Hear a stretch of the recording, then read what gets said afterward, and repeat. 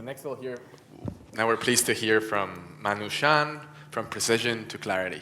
Great. Thank you so much for having me and everyone who's been involved in the organization. It's great to have the chance to walk in Anton's footsteps, even if just for a week. So today I want to show you a number of results and papers that came out from my group and close collaborators, all under this theme of from precision to clarity, or in other words, what to do once the statistical signal-to-noise is high enough and you now need to figure out your systematics and make sure you're making correct inference. And so the theme will be how to distinguish correctly the effects of dark energy, neutrinos, and baryons. So we've heard today about the situation we're in cosmology right now, which is extremely exciting, with hints of physics beyond the lambda-cold dark matter models. And these hints raise a few really important questions for fundamental physics. Is dark energy indeed evolving and not a cosmological constant? Are the neutrino masses really this low, perhaps ruling out the inverted hierarchy? And so once our data is precise enough to be informative on these questions, it's important that we're really sure about what we're saying so that the fundamental physics community beyond us cosmologists, and including us cosmologists, can really trust what we're saying. And so today I'll talk about sort of two directions. One is the future of dark energy measurements with LSST, and how can we make correct inference of dark energy from LSST galaxy lensing, in particular addressing the issue of baryons that can mimic some of that power suppression. And at the very end, I'll say a few words about producing neutrino mass constraints that perhaps would be more robust to dark energy. So starting with the questions of baryons for LSST cosmic shear, given that baryons can mimic as a power suppression, an important thing to do is to measure the impact of these baryons independently and precisely. And this is what the kinematic Sunyaev-Zeldovich effect can do, as we've heard from Kimi earlier.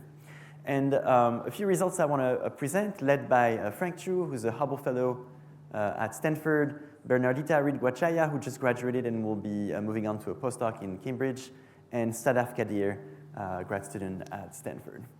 And the state of the art in these measurements of KSZ profiles around galaxies is that this field has been taken from first few detections to precision, and I would argue enough precision.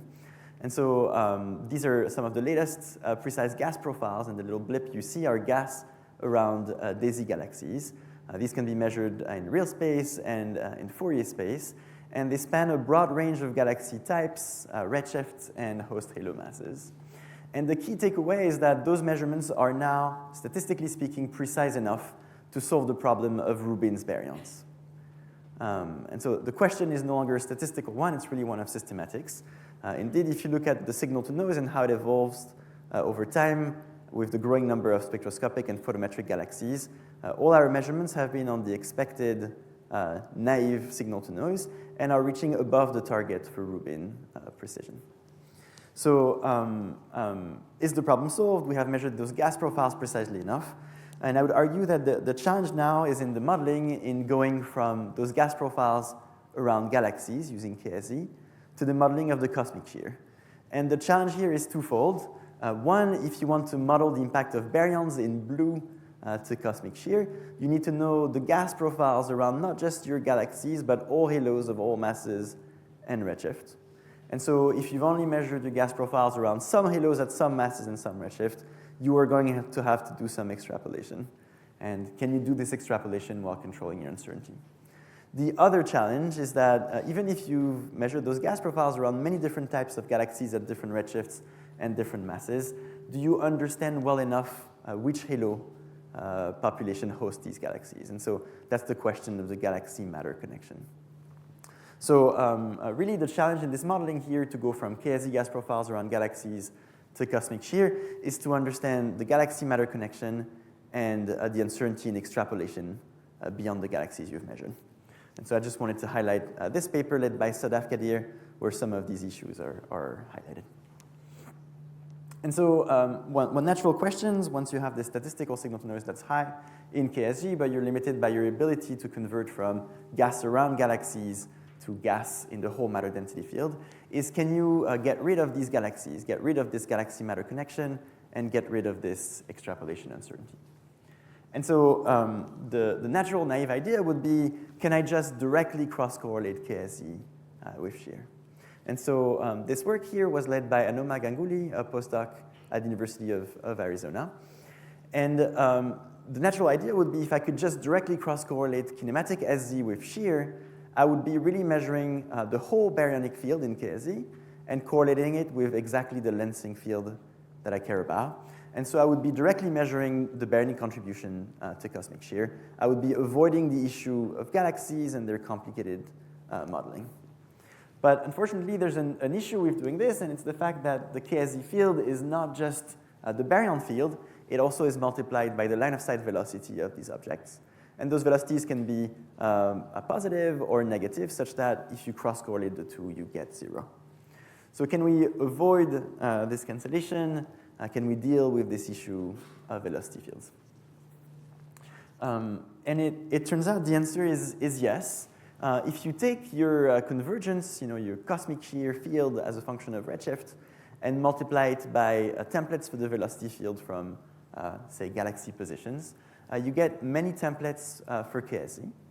And the fact that you have redshift resolution in your cosmic shear means that you effectively have some sort of 3D information in where the matter density field is from cosmic shear. And that 3D information is crucial to be able to extract KSE. And so the measurement is very similar to what we've been doing so far, which is CMB cross galaxies, cross the handle on velocities. But we're just removing the galaxy field and replacing it with shear. And in this recent forecast that Anoma led in collaboration with Elisabeth Krause and Tim Eifler, you find that the signal-to-noise for experiments like SO and LSST is very, very close to the target, to what you need for Rubin. So I think there's room for an independent way to use KSE to constrain the baryons in cosmic shear that gets rid of the galaxy modeling at the cost of some signal-to-noise. So trading systematics control for statistical power, or the other way around. Another different direction I wanted to tell you about, but still in the theme of the statistical power is there, how do we make unbiased inference? How do we distinguish neutrino masses from dark energy? So this is a paper that just came out, led by Frank Chu, Feige, who's a postdoc at Caltech, and Hanyue Wang, a grad student at Stanford. And this paper was motivated by the fact that if you take at face value Planck CMB plus lensing in combination with DESI BAO, the upper limit you find on neutrino mass is extremely tight enough that at face value it would almost rule out the inverted hierarchy. But once you marginalize over the equation of state of dark energy with these two parameters, that upper limit is seriously degraded. Thank you. And so an interpretation of this is that your neutrino mass constraints are degenerate with your modeling of dark energy. And so for a particle physicist, can you make an inference on neutrino mass when you don't fully understand what dark energy is? And so we tried to explore this question in detail and figure out where the dark energy degeneracy came in all these observables. And so I think that paper here has some pedagogical value in there. We found, interestingly, that once you marginalize over W0 WA, you in fact have made your neutrino mass constraint robust to even extended models of dark energy. And what we found is that if you try to build a data set that is even more robust to dark energy, you can do this, but at a very large cost in signal-to-noise. And the reason is that the same low redshift data that's affected by energy is really needed currently to pin down raw matter. But this is going to get better with better data, and the laboratory constraints on neutrino mass will be interesting as well. So just to conclude, the work led by the junior scientists I highlighted in collaboration with Boriana Hajiska and Simone Ferraro on KSE galaxies, where the signal-to-noise is there and the challenge is modeling. This completely independent approach to modeling the baryons in cosmic shear without having to care about galaxies. And finally, this direction of trying to disentangle neutrino masses from dark energy. Thanks a lot for your attention.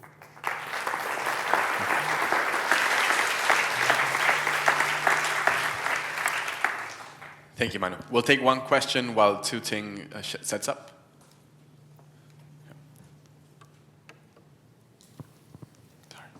Yes. Interesting. For the second estimator, the KSE cross shear, and I saw you on the side. I saw your slide. There's a CMB across it, so make it a tri spectrum. But why you combine CMB? That wasn't very clear to me. Yeah. Right. Thank you for the question. And so this kinematic SZ effect is an imprint of the baryons and their velocities onto the CMB. And so the way we detect this effect is by cross-correlating CMB with a template for those KSE. And the template in this case comes from a shear in the velocity field. Thank you very much. Yeah. Let's thank Manu again.